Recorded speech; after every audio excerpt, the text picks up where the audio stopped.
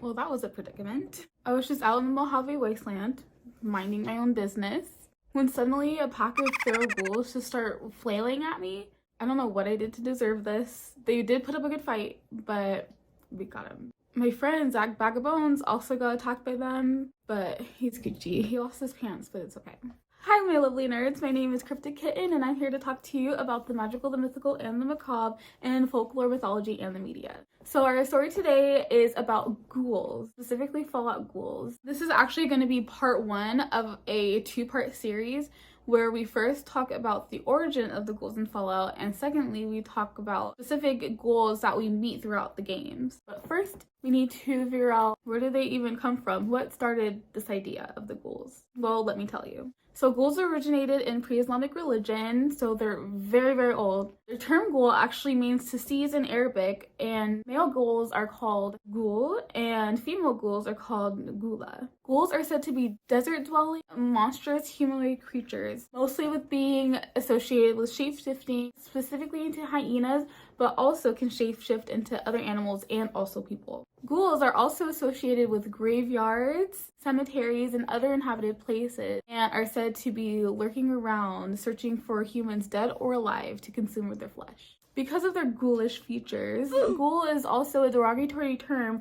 referring to someone that has a particular interest in the macabre. And also people whose jobs directly are associated with the dead, so like grave robbers and grave diggers back in the day. Ghoul can also be used to call someone either gluttonous or greedy. The ghoul's mode of attack is to lure unsuspecting travelers into their menacing territories, and then they will slaughter them and devour their flesh, oftentimes taking the form of their most recent victim. Ghouls are also known to prey on children, drink blood, and also steal the coin of anyone that they had attacked. One particularly gruesome ghoul is said to be wandering around in the wilderness of Afghanistan and Iran, named Ghuli Bayabin, or Biyabin. I hope that I said that correctly. Usually direct ties to the Islamic religion, ghouls are not actually talked about in the Quran, but they are talked about in Hadith, which is what most Muslims believe to be records of the words, actions, and silent approval of the Prophet Muhammad, passed on in a chain of authors. Some consider ghouls to be a type of jinn, but professional analyzers of the Quran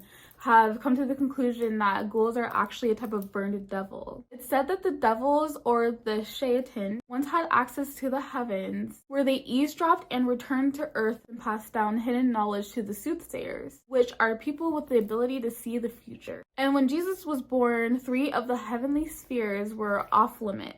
And then with the arrival of the Prophet Muhammad, the other 4 spheres were also off limits. The Marid, which is a more particularly rebellious version of the shaitan, was basically like, you think you can stop me?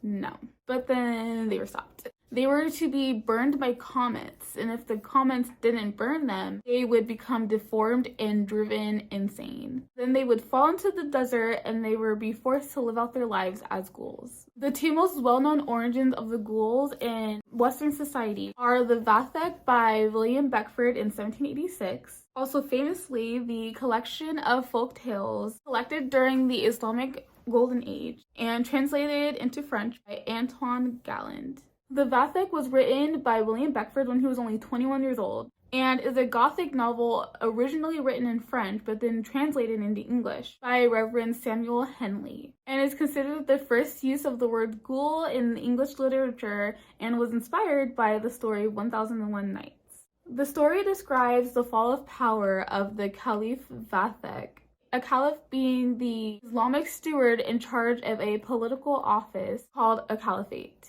and is considered a political religious successor to the Islamic Prophet Muhammad and a leader of the entire Muslim world. The Caliph Vathek actually renounces his Islamic faith and then starts to form a life of promiscuity and morally condemnable acts that are said to bring him supernatural powers, which was actually encouraged by his mother. She is very knowledgeable and proficient in science, astrology, and occult magic. However, instead of getting these powers, he descends into a hell ruled by the fallen angel Iblis, with his prominent sin being gluttony due to his addiction to pleasures of the flesh, and is forced to wander as a ghoul, presumably. But honestly, like, karma. What did he expect? And the stories of 1001 Nights is also an early acknowledgement of the ghoul. The main story tells the tale of a man named Shahryar. I'm gonna put his name on the screen, so let me know if you know how that's pronounced. He is a fictional Sassanian king ruling in India and China. He finds out that his wife's brother cheats on him, and he is completely dismayed. He's like, how is this even possible? But to put a little unfortunate cherry on top, he gets cheated on by his own wife, and this causes him to be extremely furious and quite devastated. So much so that he decides to get her killed, and also decides that all women are evil adulterers. He begins a succession of marrying women, specifically virgins, and he does this because he wants the next day to have them murdered, and so he is the only person that they have ever been with and will ever be with, which is the most toxic thing I've ever heard in my entire life. Eventually, the vizier, which is the person who was responsible for bringing the king virgins, ran out of virgins. I guess I shouldn't be laughing at that, but I guess he had killed them all, except one. This one virgin was the vizier's daughter, Scheherazade, which, again, I'm going to put her name on the screen so you can see how I was trying to pronounce it. And another twist of events, she actually offers herself up, and her father, who definitely is reluctant, actually agrees to have her do this, which to me is a little unnerving, that the father decides, yeah, I'll give my virgin daughter up to you, even though I know you're gonna murder her the next day. Yeah, no. What he doesn't realize is that his daughter has a plan. So on the night of the marriage, she actually begins to tell stories and pretty much rambles on about them until she can't anymore. And with the king being very actually intrigued by these stories, prolongs the marriage and actually does this for 1001 nights. Her tales are juicy and fantastical, and one of them being of the aforementioned ghouls. And these monstrous beings would kidnap victims and shapeshift into beautiful women, luring more cheating men. Which, how ironic is that? This depiction of the ghouls lasts until modern times, where now ghouls are kind of seen more as undead creatures rather than devils. Some well-known modern adaptations are seen in media that we all know and love. And the first one that I want to talk about is the Harry Potter universe. Because I actually didn't realize that there was ghouls in the Harry Potter universe. Maybe there was something I missed in the movies. I did read some of the books, but I wasn't very active in reading the books. I was into Twilight. I read Twilight and I read Chronicles of Narnia. So anyways, ghouls were taught in Hogwarts School of Witchcraft and Wizardry, and was seen more as an extracurricular dreams that you had activity rather than a main course. And these classes were taught in the Serpentine corridor that was located on the 3rd floor. In the school year of 1988 to 1989, ghouls were taught in the 5th year Defense Against the Dark Art class taught by Professor Patricia Rakepick. And then in years 1990 to 1991, it was taught by William Weasley, and he specifically talked about chameleon ghouls. Ghouls in the Harry Potter universe are magical beasts that are slimy with buck teeth and look kind of like ogres, and usually live in the attics and barns of witches and wizards. They are considered relatively harmless, which is definitely different from the original meaning of the ghouls, and are kind of just seen as annoying. They're very groany, they tend to throw things. They're mainly just annoying, noisy nuisances. They were honestly pretty dumb and were seen just eating bugs and other household pests. Okay, sorry if the lighting's different or if I look different. I just had to stop recording for a second because my neighbor was playing extremely loud EDM music, and I think it was the universe telling me that I need to eat breakfast because it just turned 2 p.m. and I hadn't eaten breakfast, and the music stopped once I started eating. So yeah, thanks for looking out. So ghouls, Harry Potter. So ghouls, the Weasleys actually had a ghoul living in their attic at their home, aka the Burrow. Ghouls indicated that a household was in poverty because the richer families tended to have house elves instead of ghouls. Even though ghouls are relatively harmless, there is talk of dangerous ghouls. Specifically in the books, a murderous old ghoul was described, probably insinuating that with age, ghouls become senile. In 1997, when Ron, Hermione, and Harry were off to find the Horcruxes, Ron's family altered their ghoul to look like him just in case ministry workers decided to show up on suspicions of Ron not being able to go to school. However, the ghoul looked like it had a quite infectious disease called spattergoit, which is a disease caused by an infectious fungus that would cause the skin to get purple warts and also boils, and this was actually what the Weasleys used as an excuse that Ron wasn't going back to school. My doctor is gonna be so mad.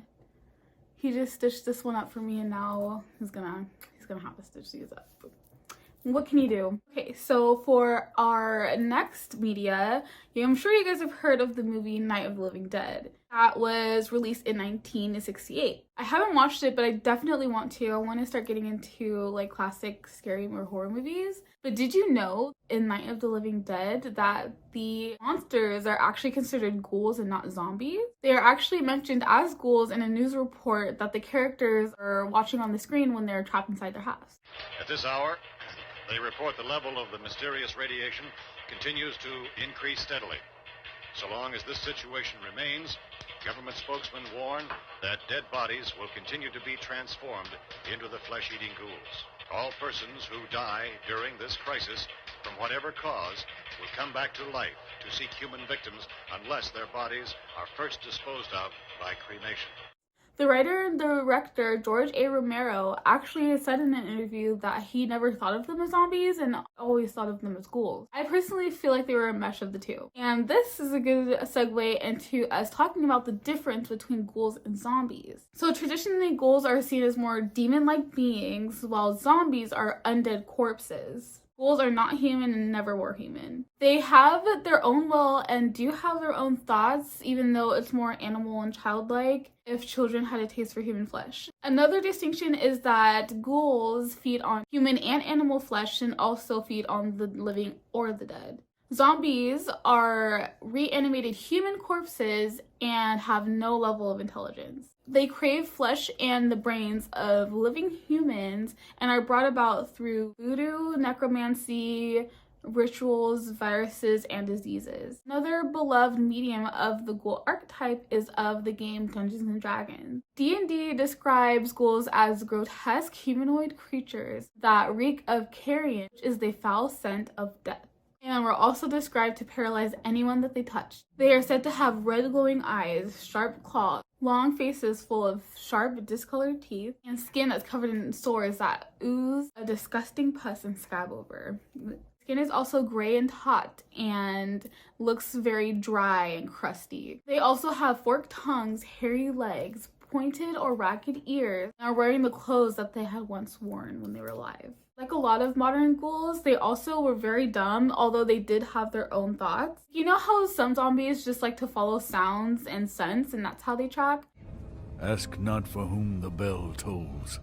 It tolls for thee. Well, ghouls can actually put strategy into their attacks, with their preferred strategy hunting in packs and paralyzing their victims one by one. Ghouls have no memory of their past lives, but some can be created in a way through magical rituals where they do keep some of their intelligence, and some even try to avenge their deaths. Some even feel shamed that now they are forever subject to cannibalism, which is actually really sad. When used as pawns by necromancers, they actually can be described as being a little bit bratty and not doing the things that they're told unless they are given their treat of human flesh. Another honorary mention of ghouls in the media is of Magic the Gathering. Ghouls are affiliated with the black cards, which are pretty much all the spooky cards. I love playing black, although we'll talk more about them in a zombie episode, just because their subtype are zombies. Some are called ghouls, but they are a subtype of zombies, so I might talk about them more in a zombie video. Now this piece of media might be interesting for all of you anime fans out there, and we're going to talk about Tokyo Ghoul next. I've never seen Tokyo Ghoul before, but it sounds like it goes hard. The story follows a student named Ken Kaneki, who receives an organ transplant, and through this transplant becomes a ghoul and is now a fugitive on the run. In the universe of Tokyo Ghoul, ghouls are cannibalistic humanoid beings that can only feed on the flesh of humans and other ghouls. Their inability to digest other foods is due to an enzyme that is in their bodies when are forced or force themselves to eat other food, get the very strong urge to vomit, and then also if it is digested, their health deteriorates over time. But they wouldn't want to anyways because the way that their tongues are structured actually makes other foods taste disgusting and very uncomfortable for them. On the outside, ghouls look completely like humans and also have the same level as intelligence as humans. The main difference is just being their biology, their mentality, and their diet. Once they feed, they can survive up to 1 to 2 months on just one body, but some might find human flesh particularly delicious and will eat more often by choice. Another interesting thing about the relationship between humans and ghouls is that ghouls and humans can actually have children. Artificial ghoul-human hybrids can also be created through a successful kakuhao transplant surgery. Artificial ghoulification can also happen through airborne diseases, which were utilized by Furuta Washu, who is the primary antagonist of Tokyo Ghoul. And this airborne transmitted disease causes a condition known as either ROS or ROS, and this is an overload of RC cells, also known as red children cells. These cells exist both in humans and ghouls and can be known as liquid muscles. Not much is known of the origin of the ghoul species, but one important thing is that they have 10 times the amount of RC cells as humans do. And also because of these cells, ghouls' bodies are pretty crazy. They have 4 to 7 times the strength of humans. And when striking a human with enough force, they will literally yeet the heckity heckers out of them and can penetrate a human with their bare hands. They can jump way higher than any human, have insane agility and balance, are resistant to injury, have way higher senses, and also have regenerative abilities. They carry an organ known as the kakuhao, from which their RC cells harden and break through the skin, forming the kagune, which is a hard muscle-like protrusion. And depending on the ghoul's body, they can also detach their kagune. It's another armor-like kagune that one can develop caused by a mutation that comes about through excessive cannibalism. Ghouls also have red irises surrounded by black sclera, which is also known as kagugen in another ghoul identifier. And this appears either on their own or when they use their kagune. Because ghouls are seen as predators, they are persecuted by the CCG, aka the Commission of Counter Ghoul, before the end of what's known as the Dragon War. After the Dragon War, the United Front, which is a ghoul organization that partners with the Tokyo Security Committee, fosters means to have ghouls and humans coexist, and this allowed synthetic food for ghouls so that they were able to live in harmony with humans. And as you can probably imagine, some didn't like this and ended up going rogue. This is definitely anime I need to see. There's so many animes that I need to see. This is definitely one of my list. Let me know in the comments if you recommend this anime. Now it's time to get into what we've all been waiting for. Fallout. Good old Fallout. Fallout is probably one of the most beloved video game franchises literally ever. It's especially important to me because it's one of the first games that I feel like I truly fell in love with. My video game experience growing up was that I did play video games when I was growing up, but I never really considered myself a gamer, even though I guess I was. But when I became an adult, I started to get more into video gaming, and Fallout was one of the first games that I played as an adult.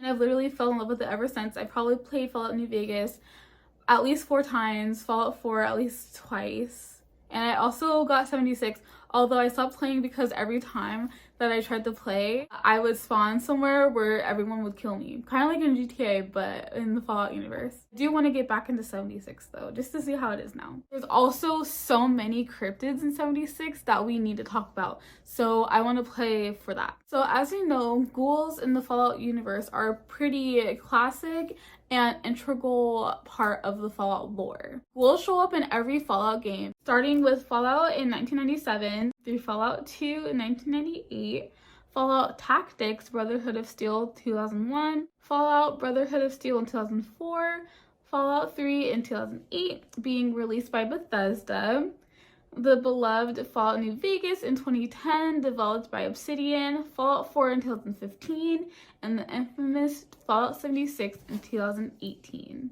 So how did Ghouls in the Fallout universe begin? On October 23rd, 2077, a catastrophic event known as the Great War takes over the world by radioactive storm. The Sino-American War involving the People's Republic of China and the United States started when the two clashed in a struggle of trying to take control of the last resources on Earth, and resulted in the destruction of everyone involved using nuclear weapons. This destroyed whole societies and killed billions of people in the span of only 2 hours. The United States became a wasteland, and 200 years later is still suffering from the consequences of the Great War. Radiation, starvation, violence, and an assortment of monsters is what's part of the everyday life of the average wastelander. So with the nuclear blast, like I said, billions of people died. However, there were some people that didn't die, and with prolonged exposure to radiation, their skin started to deteriorate. Their hair fell off, their skin started to flake, their muscles started to become exposed.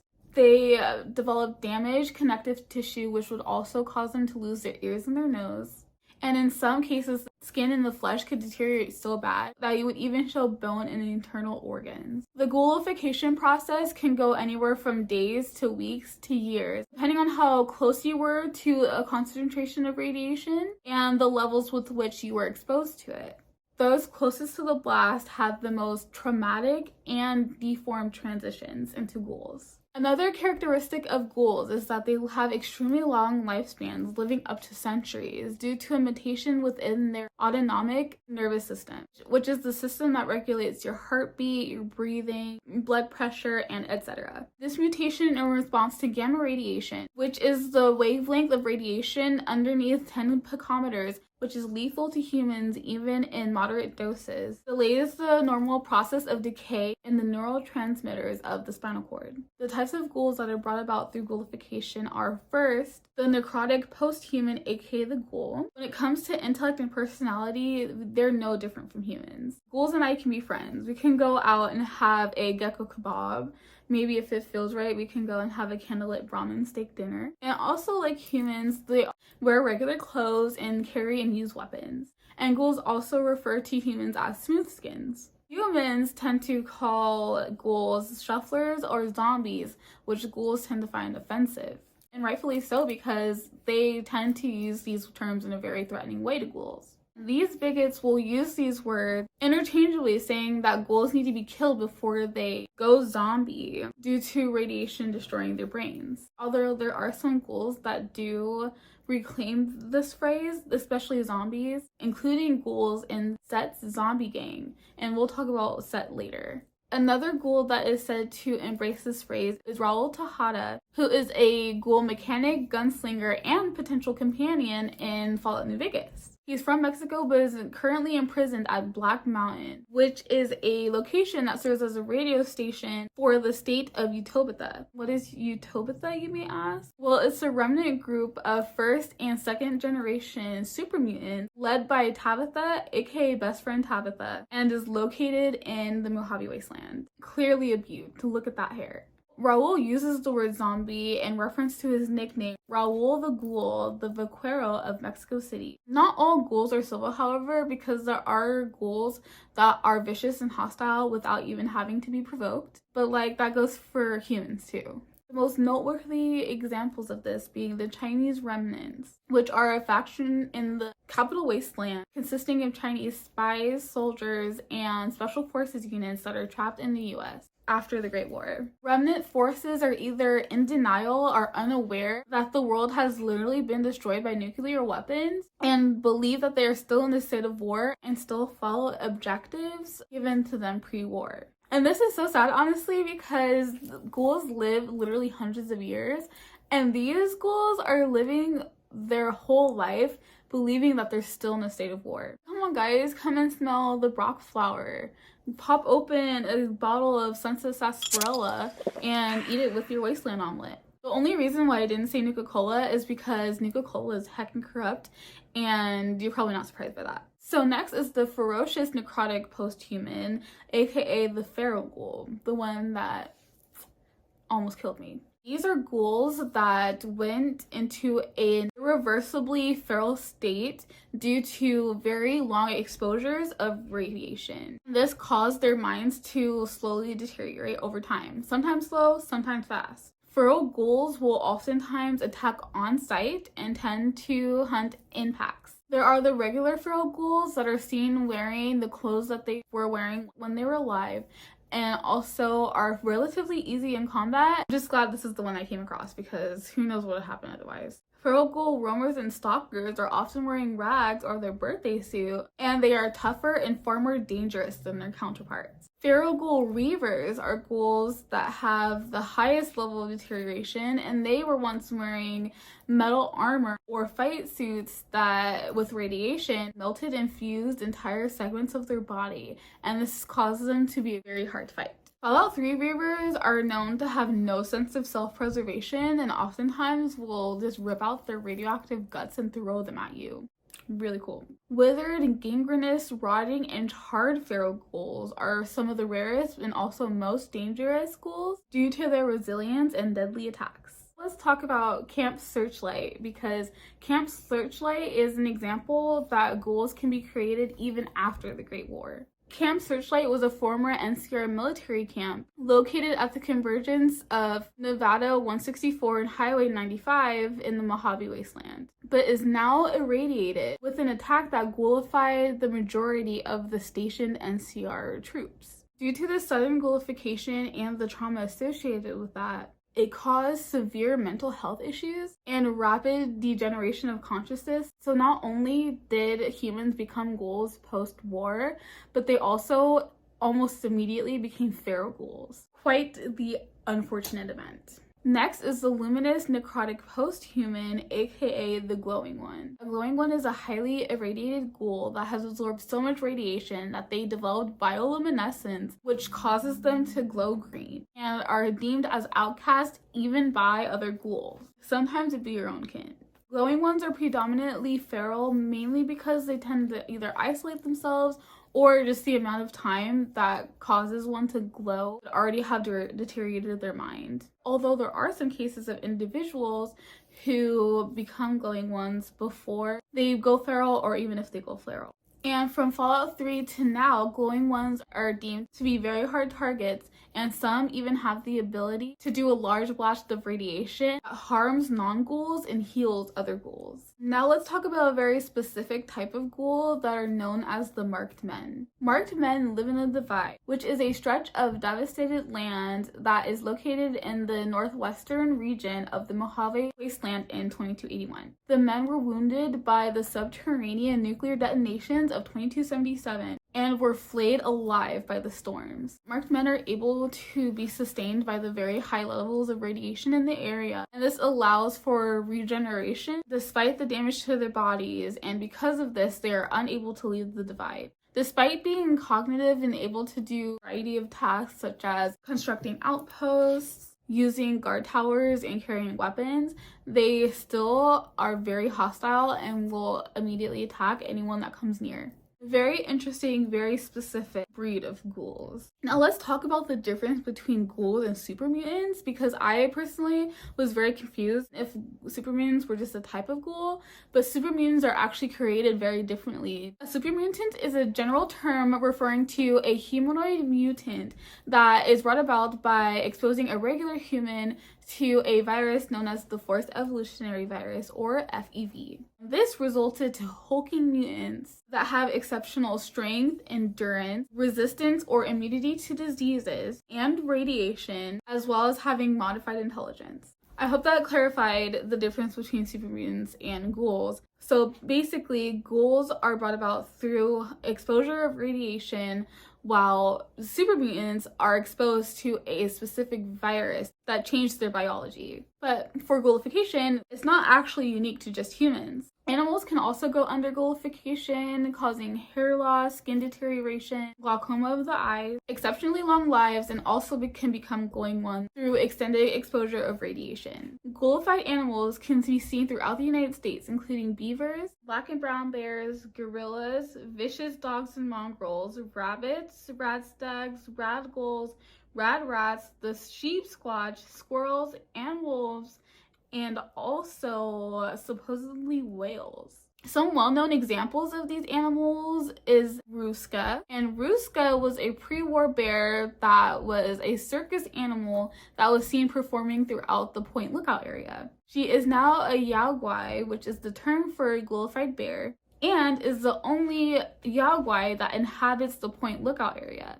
Ruska is now seen playing with the big red ball and also messing with the swamp folk, which are another form of mutated human living in Point Lookout. The next famous ghoulified animal is of a creature known as the Beast of Beckley. The Beast of Beckley is a legendary wolf known to roam in Appalachia. She is a dangerous albino wolf cryptid known even before the Great War, and is said to be spending most of her time taking care of her pups. A woman named Janelle Priblo was determined to find and capture the beast after reports began to show up of a sighting of a pale monster. Before the war, Janelle was a trapper who owned the shop Priblo's Curios, a shop specializing in the selling of merchandise related to the Appalachian cryptids, with Raven Priblo. Priblo's Curios is an unmarked location northwest of Somerville in the forest region of Appalachia that appears in Fallout 76. Janelle had the hope of taking the Beast of Beckley and selling it to a man named Calvin Van Lowe, unalive. And we will learn more about Calvin Van Lowe in another video because he's a very interesting character. And this is when we're going to learn about the sheep squatch. Another interesting ghoulified animal is believed by caravan guards to be a blue whale named Old Peg,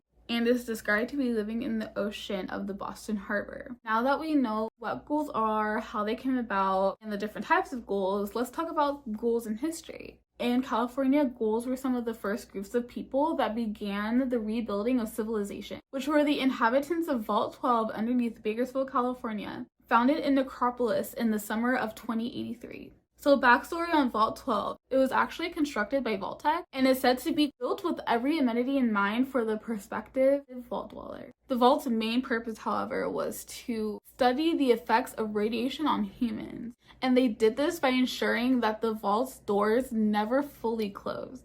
Very diabolical. Less than a year later, in 2084, a ghoul named Set wrestled control of the settlement from the original overseer, but with the attack by Unity, aka the Master's Army in 2157, Vault 12 began its decline. Unity was a mutant-led military and political organization created by the Master of Super Mutants, also known as just Master, in his mission of advancing his agenda of forcing humans and to basically also become super mutants so that the inequality between humans and super mutants were non-existent.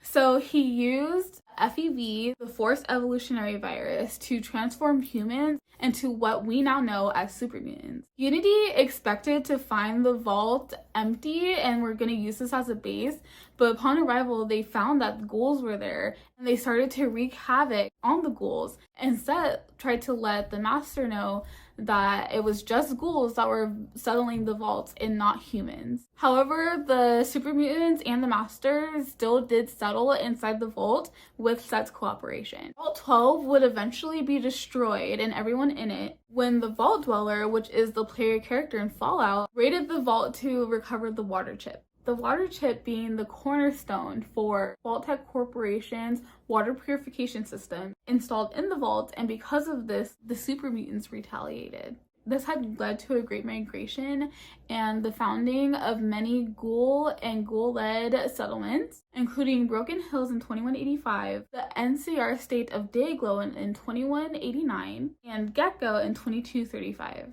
Though problems with equality are still very much alive, ghouls are increasingly seen as equals, though their numbers steadily decline. In the Mojave, they can be found kind of sprinkled out throughout different settlements and towns, but there's no town directly dedicated to or inhabited by ghouls. The few ghouls living amongst humans, performing different jobs in order to survive. The only known community of ghouls anywhere in the region is of the Bright Brotherhood, a religious faction located in the Rev Contest site, led and founded by an intelligent glowing one named Jason Bright. And Jason Bright wants to leave Earth and go to space, finding a new world, a promised land foretold by Bright himself. And honestly, same. Ranger Station Echo is another example of ghouls being part of certain communities, and also implies that there's actually some acceptance of ghouls into the NCR, which is a post-world federal republic. On the opposite spectrum, Caesar's Legion, which is a totalitarian dictatorship built on the conquest of enslavement of tribal societies, does not allow ghouls within its ranks, and this is because honestly Caesar just couldn't care less about them. They do, however, allow ghouls to live amongst them,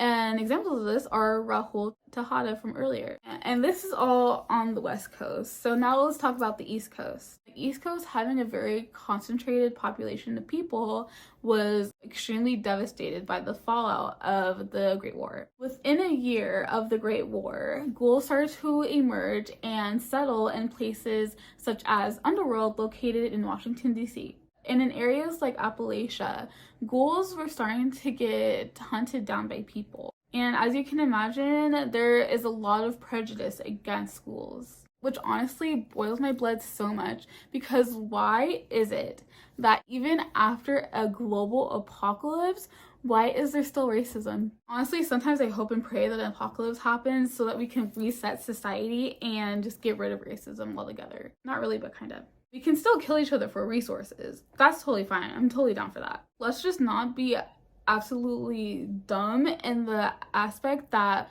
people, the way people look determines whether or not they're inferior to you. Let's just get rid of it. Ghouls are literally just humans with radiation poisoning.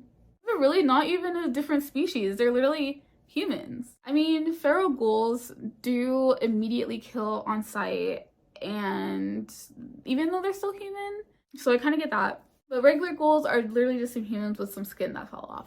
It's okay. Some groups of people in the Fallout universe even lynch ghouls.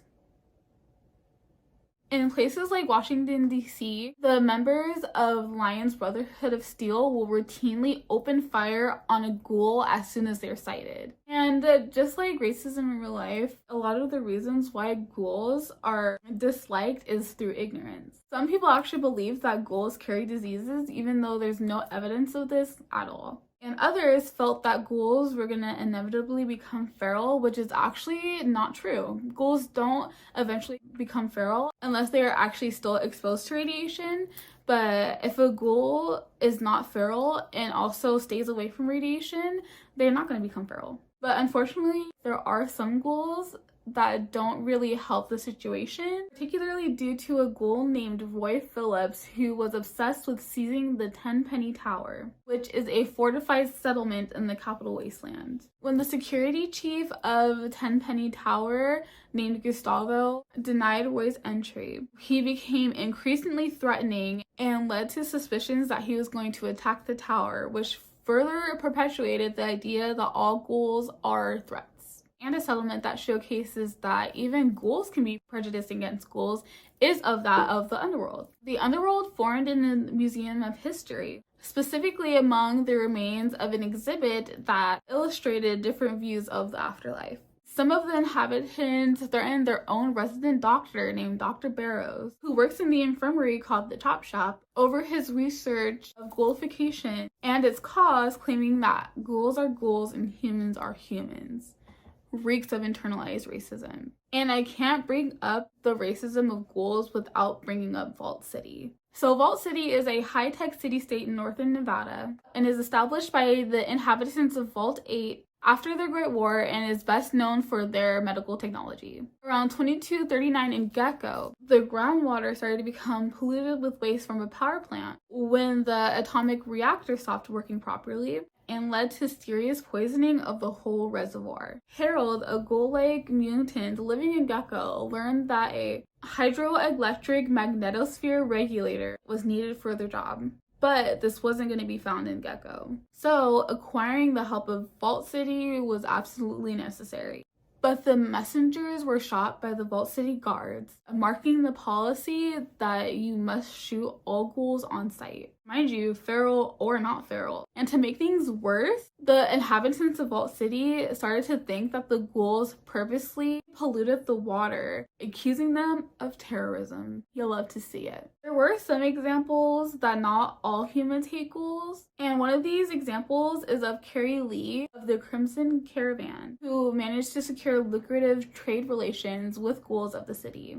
And in the Mojave Wasteland, ghouls are generally seen as equals, mainly because they go through the same struggles and also enjoy similar things. Also, some politics take the steps to protect ghouls and other mutants, like the NCR, which gave legal protection to ghouls in 2205, and allowed a large amount of ghouls to serve in their ranks. Another settlement that I can't really not talk about in regards to the racism of ghouls is of Diamond City. Ghouls were a part of Diamond City's population from its founding in the 2180s up to the 2282 election, which was 152 years. Thanks to a horrible person named McDonough, who ran for the city's mayor on the Mankind for McDonough campaign and won. Once he became elected, ghouls were forced to be evicted from their homes, and many were thrown out by their neighbors and forced to live out in the wasteland without a cap. Those who survived scattered across the region, and the result of this brings about a refugee named Wiseman, who founded the Slog, which was a settlement run entirely by ghouls. Another example of one of these settlements is a safe haven for ghouls, located in Appalachia inside of a pre-war mall called the Valley Galleria, and is known to survivors as the Changed.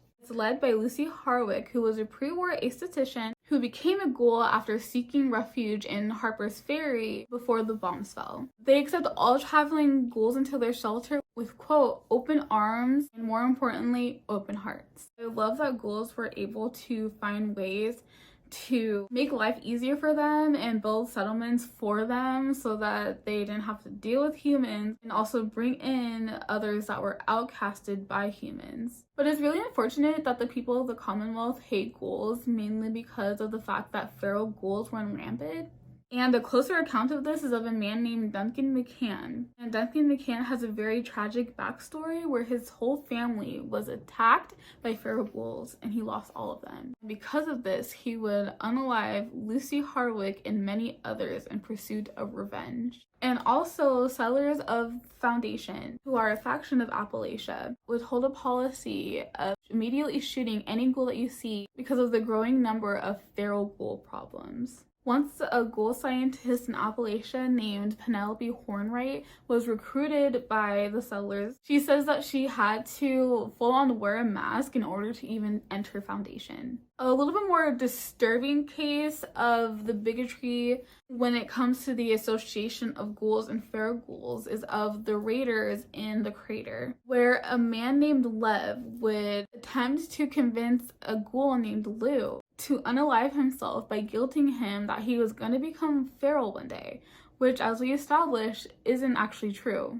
Now, another very interesting aspect of ghoul history that I want to talk about centers around the fact that not only do ghouls have the obvious symptoms, such as deteriorating skin or long lifespans, but ghouls are also sterile. So it came as literally a miracle when a human child was born of two ghouls named Monica. In Fallout 3, you learned of the Christianity-derived St. Monica's Church, where she is worshipped as the patron saint of lost children. A man named Father Clifford, who is the reverend of the St. Monica's Church, tells her story in a sermon and begins with her miraculous birth.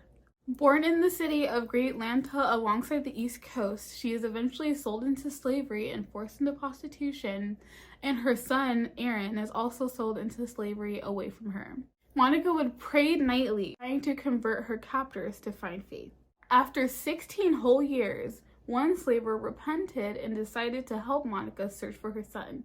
and continued to search for her son for the next 4 years. But when she had found Aaron, he actually had become a slaver himself after overthrowing his captors. Aaron then enslaved his own mother, even knowing that she was his mother, and did it because he blamed her for his own harsh life.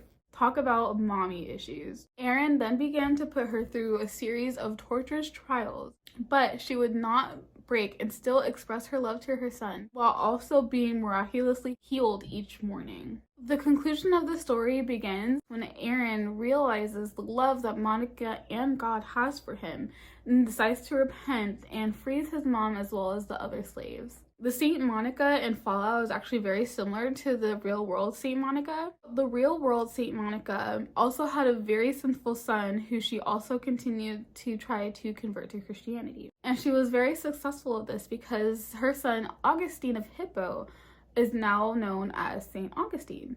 And Saint Monica is known as the patron saint of surviving abusive marriages, disappointing children, victims of abuse, and converting family members. I wanted to bring up Saint Monica because religion doesn't seem to be a huge part of the Fallout universe, at least as a whole. There are obviously some religious communities within Fallout, but it doesn't seem to be a very religious country anymore. So it was very interesting to me that the example of a real-life Western religion is of a human born of ghoul parents when ghouls are meant to be sterile. Well, that's all I have for you guys today. I hope you guys enjoyed talking about the Fallout ghouls.